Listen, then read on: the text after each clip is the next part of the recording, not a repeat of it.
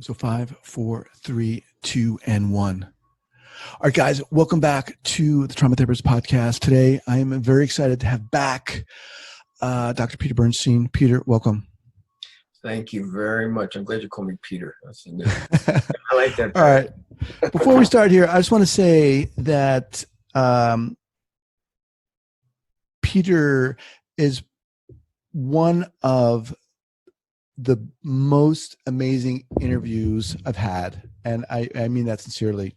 The interview that I first did with you really set the tone for what I hope this podcast is about. And I want to direct everyone to listen to that, episode 91. But anyway, so I just want to set the tone here. So having said that, Peter's the founder and director of the Bernstein Institute. As a coach, mentor, educator, and trainer, Peter has almost 50 years of experience providing relief and recovery from trauma and emotional and physical pain.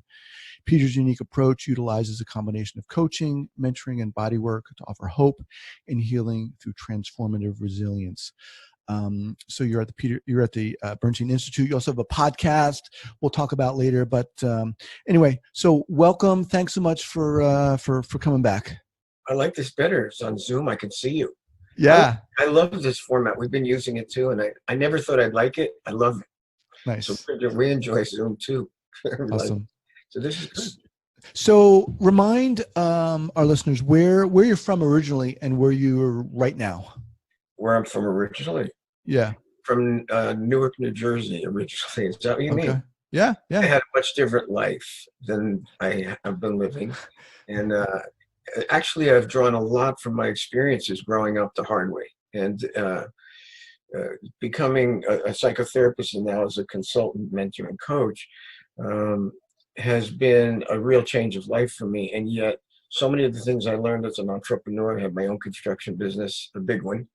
And I also had some pretty hard hits there, dealing with organized crime. Not that they were my friends, it was the opposite. I was one of the few people that stood up against them. And it was a hard go, and I was young, so I thought I could beat them. I didn't realize how dangerous they were. And basically I left with my life. And but also one of the people that saw that I had been taking care. I had a lot of workers at the time, and I took a certain interest in them beyond my work. And in the world I came from, that would have been considered vulnerability or a weakness. So I didn't really want anybody to know. And a fellow that had been watching me, who was my accountant, I didn't even know, had after about 3 years, he called me into his office, and I talk differently than I do now. And he says, we need to sit and talk. And I remember looking at him, and I used to talk to her. I go, what do you want? What? And he says, no, we have to sit down and talk. And I says, I know, we've lost everything. He says, no, it's about something else. And the man sat me down, and he cared about me. And he says, you know what? I've watched you for the last 3 years, and I know that you have a certain side to you that you don't let anybody see, that you really have a compassion for your workers and get involved in helping them and their families. He said, you know, that's a special calling. I didn't even know what I looked at it, I go, what's a calling? He says, did you ever hear about what a psychologist is? I couldn't even spell it yet. I said, what's a psychologist? I didn't know. It was so different. He says, well, those are professionals that help people.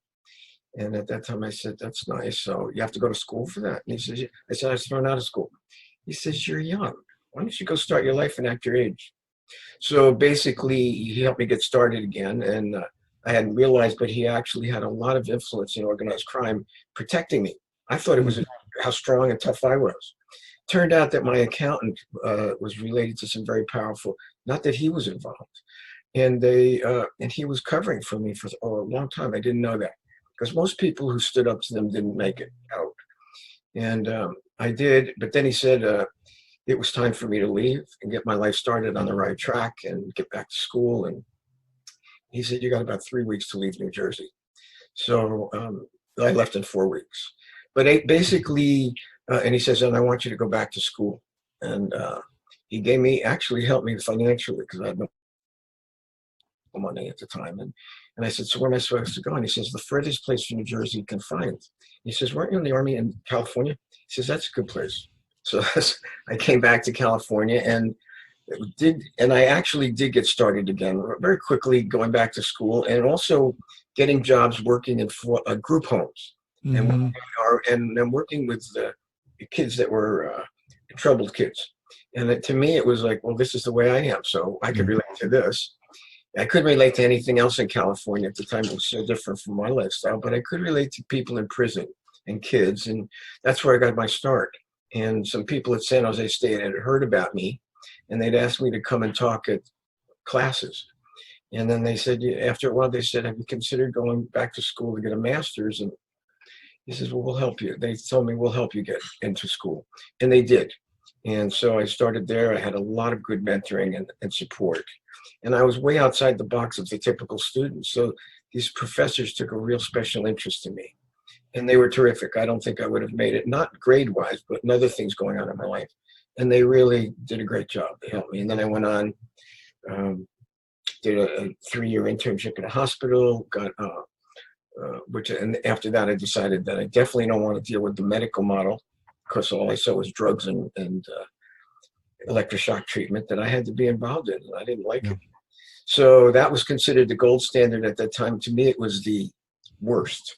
So I changed. I was in a PhD program, and I decided that's not what the direction, and I changed it, and took over a drug and alcohol program in San Rafael called Centerpoint, which today is a big program. And that gave me a chance to be exposed to some other kinds of work and people, and it gave me a new direction. And I've been following that direction. Geez, it's been almost 50 years. It'll be 50 years in September. Well, let's, if we can, Peter, I want to kind of hone in here on what's been going on. I mean, I wanted to bring you on here to talk about what you do, what your expertise is and specialization is within the context of this pandemic, this outbreak. You know, you're one of your, I know, specialties is resilience and what that means. But if I can, I want to put on the table here the question, which is, you know, how is this pandemic, this outbreak, what effect do you think it's having on us on a macro kind of global level, if you will? And then let's kind of dial into from an individual perspective. Absolutely. And we have been very involved. And, you know, we've worked in other crises before. The Great Recession was a devastating crisis too. And that's when we wrote our book and did papers. And we help people with a lot of traumatic situations. That's the world that we live in, helping them recover. So what we're seeing, and also as caregivers ourselves, we're involved in an extraordinary reality. We deal with death, dying, and sickness all the time. Well, what we found in that kind of world is that doing that kind of work throws the worker back on themselves, because we're in situations that are so overwhelming that no matter how our intentions are so good to fix something and make them better, we run up against situations that we can't. And we have to change, and we have to give up a lot of our control. And that's a tough thing to go through when you're helping somebody who's sick and dying, or dealing with crises, and that's what we deal with. But it makes us look, it throws you back on yourself in a number of ways. Number one, it makes you take a real, genuine look at yourself, whether you choose to or not, it happens, or you're going to burn out and run away. So in that process of time, it's quite emotional, no question. It's very painful. But if you're going to be an authentic human being and relate to your fellow man in whatever stage of life they're in, particularly the crises and their epidemics of life, you got to be a real, authentic, genuine person. And that's the only thing that truly works. And you got to be a person who wants to give and care for someone else. Now, that means you may not get very much back, because you're the one who's doing all the giving. So we've had a lot of experience helping caregivers as well as ourselves. And one of the things that we see is that there are situations we have no control over. We can't always choose the difficulties and challenges that come at us. But there's a very well-known writer, his name is Viktor Frankl, and he wrote out of the Holocaust period. He's one of the few people I really liked when I was getting my master's. And he talked about, we can't always choose, and he came out of the Holocaust, these incredible crises that you go through, but you can choose how you respond to them. In fact, right to the end, you can choose to have a dignity within yourself, right to the end. And he wrote beautifully about it, a great writer. I believe that that's a very down-to-earth truth. In the pandemic, and what we're seeing is a lot of people are being thrust into an extraordinary reality, not the norm. A lot of people who have held on to certain values or certain things that gave them a sense of security, gave them a sense of control, gave them a sense of routine. And, it was financial, it was work, it was striving to get ahead. It didn't have a whole lot to do with caring for your fellow man. It had to do with you. And that's just the way it works. And people spent an awful lot of emphasis on it. I've spent a lot of time on that. And when you hit an epidemic or a pandemic like this, that's stripped away overnight. All the things that we valued and put our faith in have been they're torn away instantly. And we've seen that in other crises too.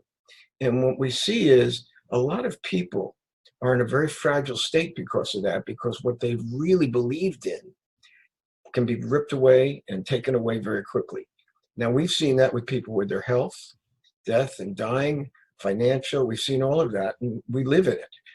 Now we're seeing it on a grand scale, enormous. What I'm realizing and what I see is that a lot of people who have been running away from a very difficult but a certain norm of life, which is that extraordinary reality, a condition of life that deals with death and dying, sickness, a certain vulnerability that most of us don't want to be involved in and would run the other way, most of us. Well, when that happens, the unfortunate part is it leaves us in a very fragile state when things do hit the fan, and we're not prepared.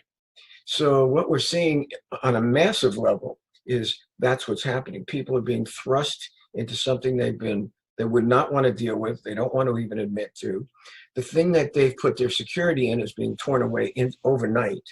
And their fear for their health, their fear for their finances, their families, their community is all going down fast, very fast. What we're seeing in the early stages of this is how unprepared people are personally to cope. And they're running scared.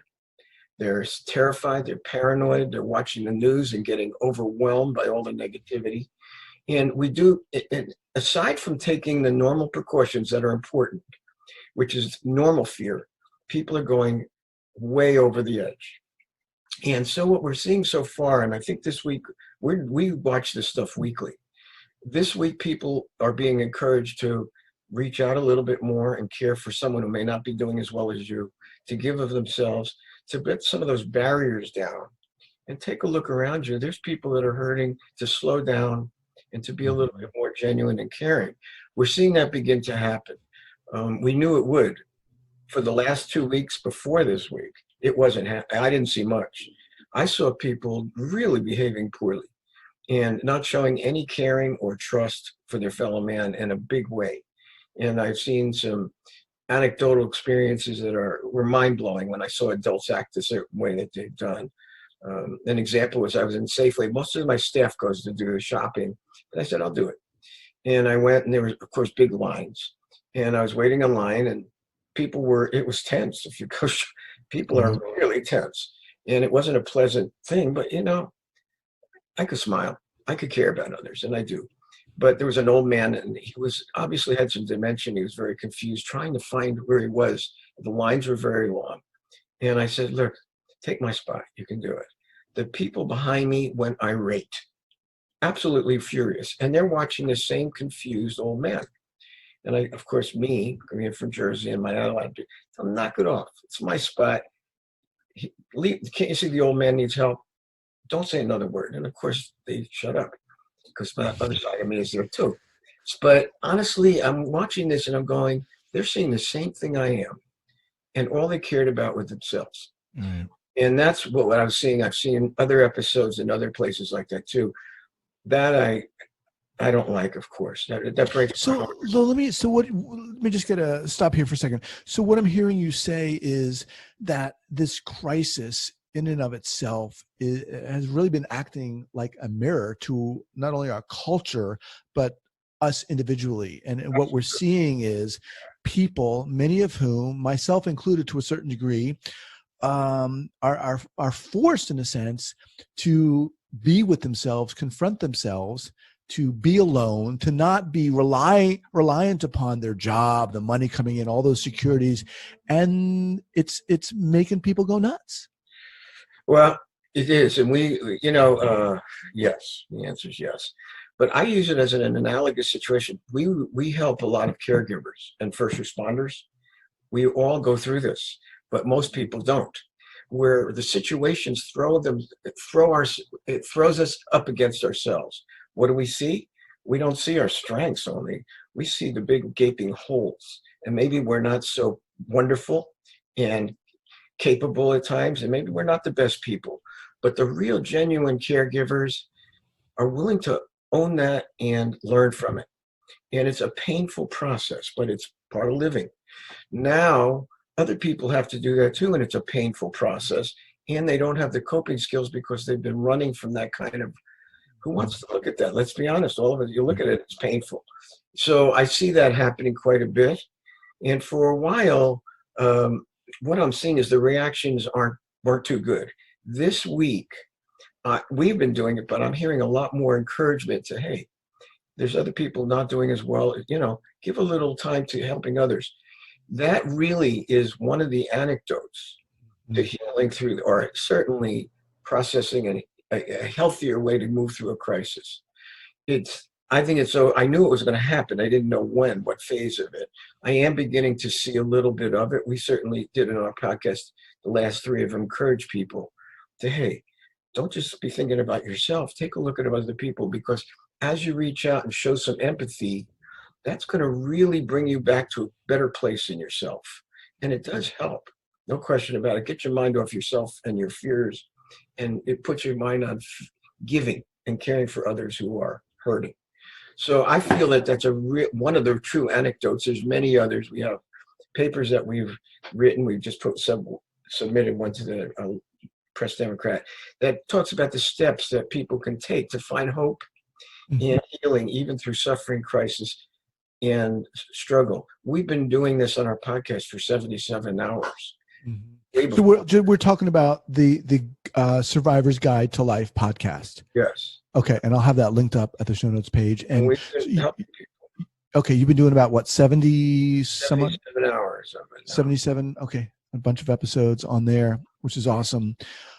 So in addition to reaching out and helping someone else, which I love, just what else can someone do? I know you have a list, but yeah, we do, and we have a paper on it that's come out. But it's how to survive the COVID-19 crisis, and how you can find help and healing, help, and what do we say? Hope and strength. Hope, health and strength through it all. For us, that's an old light. That's what we encourage people to do. But now it's not, like you said, massive. Right. I've never seen anything this massive, really. So we know it's on a much bigger level, and a lot of people are going to need encouragement and support. They also have to be aware of certain things, not to let the spirit of fear take them over. And it's all around us. The key really is to be able to deal with the fears that are healthy, like taking certain precautions. You have to, but not to get so consumed where the fearfulness becomes hysteria, panic, reaching, being not very nice to your fellow man, doing some pretty destructive stuff, and hitting paranoia. And we've seen people go there. I think a lot of people have been on the verge of panic, really. And that's what you feel when you go in the markets and you go on the street. Right. You can cut it with a knife. We have also seen in our work at the Institute something, and we know this is true because the fearfulness, if it gets out of control, triggers off in your nervous system a hyper-aroused state, a hyper-alert state. And the problem with that is that it creates a certain adrenaline and cortisol level that actually decreases your immune system's ability to fight disease. Guess what that opens up? It opens you up to be more susceptible to the COVID-19 virus. We've also had people that have come to us that their blood pressures went through the roof. We had to send one to the ER. It wasn't from the virus, but he got vertigo. He was very dizzy. His high blood pressure was through the roof, and he got really sick. we know that if this would have went further, he could have had a stroke or a heart attack. It can happen. It's not an exaggeration because we've seen a couple of cases of that in our work. People get carried away. If the other part that we have seen that makes the fearfulness more grandiose is people that have had past trauma in their lives, and they've either buried it or think they got through it. This kind of thing triggers that. And then those fears begin to come up into the present and contaminate and overwhelm the present.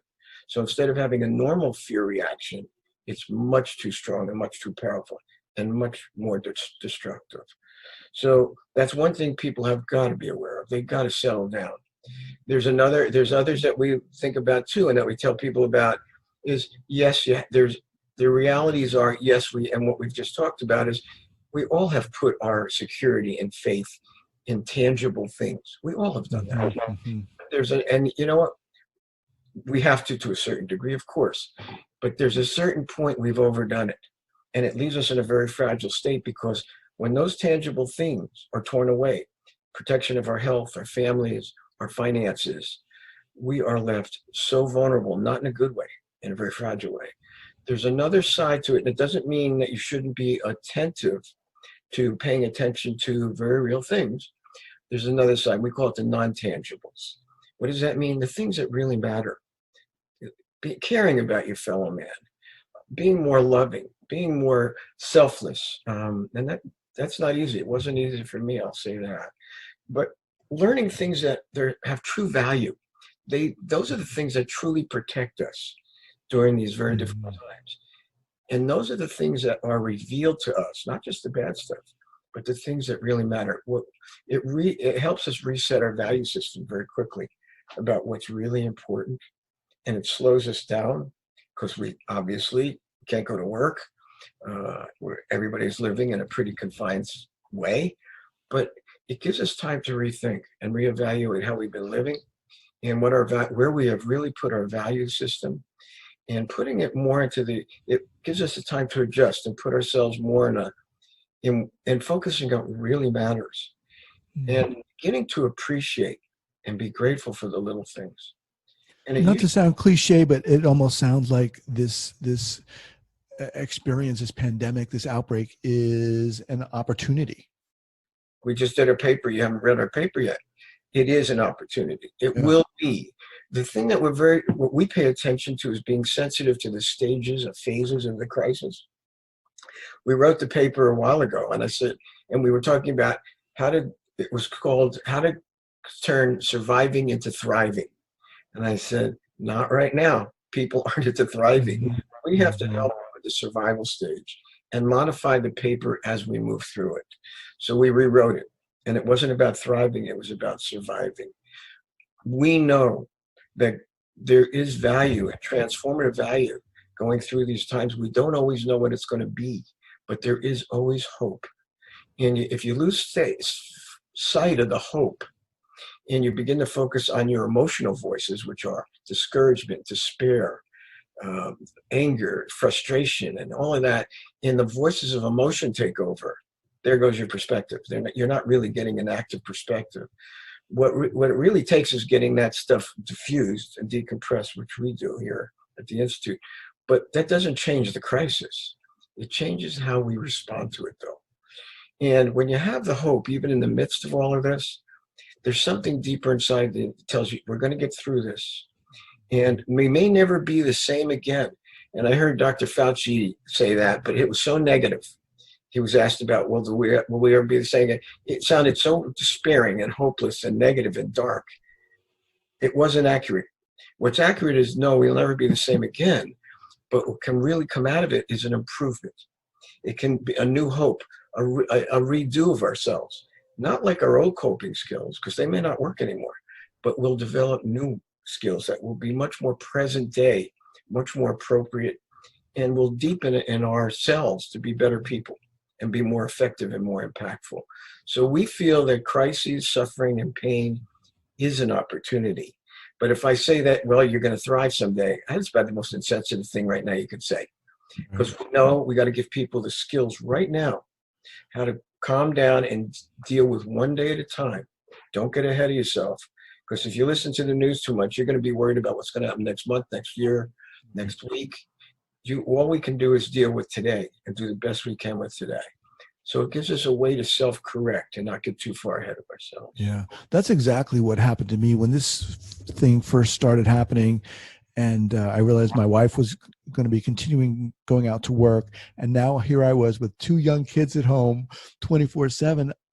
And the news, I was going nuts. Yeah. I found myself getting really anxious about what was going to happen. And I was like, I gotta, and I did exactly what you said. I kind of reeled things in and I said, wait a minute, I got to take control of the situation here. I cannot look at the news every day, which I love doing. Yeah, no. I just got to take it one step at a time. And it really helped me kind of control my own, zone in a sense, both physically and emotionally and mentally. Yes. And you can deal with the immediate needs more. Right. Absolutely. Those are real steps in surviving, not getting ahead of ourselves. It's so easy to listen to the news, and it's very hard to stay in the present because they're already, I listen to Fauci and I used to like him, and now I listen to him, I think he's not doing anybody any good. He's scaring the heck out of everybody in the future. I listen to it and go, he's wrong. Yes, we won't be the same, but we will be different and better. It will be a transformative experience that will bring about a resilience that people don't know that they're capable of right now, but they'll find out getting through this that they do have a resilience. Right. And you're talking about Dr. Fauci, who is President Trump's advisor, one of his medical advisors. I think he's just too close to the picture now. Yeah. And he does know a lot, but now it's, when you're that close to the picture and you have that much influence and power, it's pretty hard to get our egos out of the way. And now he's predicting the future in a very negative way, and he's wrong. It's not like that. And we've been through crises with people before. Does it take a toll? Of course, you bet. But we're going to find that we can survive, we can get through it, and we'll be better for it because we'll develop an inner strength and capability of coping that we didn't even know before that we had. Mm-hmm. Our old coping mechanisms will have to be morphed and changed because the old ones aren't going to work anymore. It's amazing how much more effective you can become when you begin to deal with the present instead of using your old ways of coping. We discovered that in the Great Recession. And I remember people were that's why I wrote our first book. People were so paralyzed with fear about what was happening. We knew we had to start getting some papers out, write the book, do whatever we could to get them to start moving into the present and coping effectively with this new reality. It took a little time, but it takes mentoring, it takes coaching. The only reason I knew how to do this is I'd been through this and worse before, not on a grand level as the pandemic, but in my life, I've been through plenty and helped plenty of people. So through the skills of going through that, knowing not only to survive, I became a much better person because of that. And my arsenal of coping grew immensely. So I know that's what will happen with this. But right now, it's a little early to start telling people you're going to thrive and do wonderful. Mm-hmm. It's important to know how to make it through each day and make the best of it. And take a look at yourself. It's a great time to reevaluate some of the things you may have been doing and being committed to that you don't want to do anymore. Maybe there's things in your life that you've wanted to do. This will give you time to rethink. And that we found that in the last crisis. What else do we see? We saw people examine their spirituality. Now, I don't mean religiosity necessarily, but people began to look at that side of things because they didn't have control. Something did. Greater power than any of us. And there was a meaning and a purpose to it all, but I'll be darned if we knew what it was. So we begin to look at, and if people who have worked in crisis a lot and have been through the immense panic and intensity of it, in the midst of it, I've always, not religiously, there's no question, I'm not in control. Mm-hmm. And I'm going to just survive through these things and help other people. But I know right in the midst of it, something else is in control and is in power, and it's not me. And I've just got to trust that we're going to get through this. And this is a life and death kinds of crises. And yet, it's true. But it's like we wouldn't awaken to that necessarily unless everything's been stripped away and the situation's in our face so hard hitting that we're right up against ourselves. So there's always that element. I've seen people come back from Iraq and Afghanistan who are very religious people. And all of a sudden, they're not religious anymore. They're furious at God. And we've helped them. Not that we've been able to straighten out their spiritual side, but we've seen that we're not talking about what people profess. We're talking about really looking at the real honest truth about we all have a spirituality about us, and we got to look at it. We've seen people who never believed in God, who are atheists. I've taken people through terrible times, and they've had to look at it. I didn't change them. I'm not saying that I was able to do anything that way, but they looked at it. And I remember taking people, one lady I took through her, she had by mistake run over her husband and killed him, and she loved him. And we took her through that. And I remember she was an atheist. And I remember she said, I wish I weren't, because I don't have anything there to turn to right now. And I remember it wasn't like I could encourage her, because she said, there's nothing there in me. I knew better, but she had a certain belief system. I wasn't going to start confronting her about that. But that was what she was examining, her spiritual life. And she saw a big void, and she saw the need that she had, and she had nothing there. And I remember saying that. She was in tears. And I remember there was she just said, I don't know where to go with this, but I'm not going to change. I'd like to. To be honest with you, Peter, I wish I could change this, because I don't know what to do now, but this is where I am. And I'm hearing a lot of hope in everything you're saying, but I'm hearing a lot of hope now in your voice. As we kind of wind down here, and one of the reasons why I love talking to you is because you have this ability to cut to the core of what's important, and you talk about that, about being authentic and helping each other and helping one another. And kind of getting outside of our own selves, in a sense, to help other people. Right.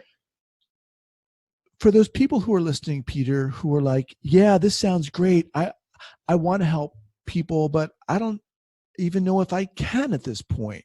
What's a first step for those people? There is a first step. Sometimes we're not ready to help others. We need to ask for help for ourselves, and not to be ashamed about that. In these kinds of times, when we really look at ourselves, we may not be able to help others because we need help. And a lot of people have had that barrier of not letting people see their real troubled side or their weak side or their difficult side. And this is a time for them to evaluate that. And if they need help, they need to reach out for themselves too. That's very important. We've seen people come here at our institute and they're in trouble. And we know that. And they first have to take care of themselves. But through that period of time, they also can be developing a certain empathy, because they're going through it. It gives you a deeper understanding for your fellow men. And all of a sudden, those barriers come down. I love that component. I think that's been one of the biggest steps in my own growth. I've been a PhD a psychologist, and people relate to me that for years. Through the crises I've been through, I'm now taking care of my wife who's in the last stages of her life. It strips that away, and you realize that it creates a silo of protection rather than a real connection empathetically with your fellow man and they to you. And I realized, don't call me Dr. Bernstein. I'm Peter, and I'm much more comfortable with that. I get a fulfillment out of people relating to me and sharing with me as a fellow human being. Mm-hmm. And I do the same with them, not hemorrhage my pain into them, but my heart and my compassion and empathy is much greater and much more accessible now than it used to be. And to me, I value that transition from where I've been for a long time in my profession to becoming more of a human being. As my 95-year-old mother says, you're a lot nicer now than you used to be. Back to yourself. That's my mother, and she talks like that. She's from New Jersey, but she said that, and she's almost 95. And you know what I said? You're right. I didn't even know, and I thought I was a very compassionate guy in a compassionate profession, not like I am now. Now I like to be a human being first, and I want people to feel and know that when I'm with them, that you're dealing with a real being who feels with you, who goes through his own pain, and isn't ashamed to say that, but who can be here for you and put his own stuff aside temporarily to show a selflessness. Again, I never even knew I loved the concept, but selfless love, I honestly didn't even know how to do that myself. That's where I live now. But yes, so much of the things that I depended on are gone. My wife is going, and that breaks my heart. I adore her. We've been together 46 years. But you know what? Through it all, I've been able to become a better giver, caregiver, a loving person who considers doing that a privilege. And that's the way I relate to people now, helping them. It's a privilege to do that for them. I don't know if I felt that way before. So there is value in crisis. As hard as it is, there is hope. And it does come through pain, struggle, and suffering. And that's what I see. How can people, how do people get this from you? Well, I mean, what do you said you're a consultant, a coach, a mentor. Yeah. I mean, I could imagine people listening to this and just going, yes, I want this. How can people get more of this from you? Well, certainly at our Bernstein Institute for Trauma Recovery, but Okay. and we have a nonprofit that we work with called, and they sponsor our podcast, the Sonoma Coast Trauma Treatment, that works for me. But I'll be honest with you, that's why I developed the podcasts, because we wanted to reach more people, and we wanted to show them and teach them the kind of things that we're talking about on a much greater scale than we were able to do. It's been a phenomenal success in the sense of we're fulfilled by it, and we're reaching people all over the world by being genuine, authentic human beings ourselves. And this is the Survivor's Guide to Life podcast, and it's a survivorsguidetolife.com. The Survivor's Guide. And we talk about how to find resilience and hope through struggle, suffering, and pain. Yeah. That's what it's about. Peter, I want to thank you so much, man. You're the real deal. And it's amazing. I mean, this is what I love about this podcast, and it's just an honor to have you on here, man. Oh, thank you. It's a privilege to be called to be on your show today. Thank you. And to see you while I talk to you instead of this is better. Right. I like this. All right, man. You take care. Stay well. All right. God bless you. Take care.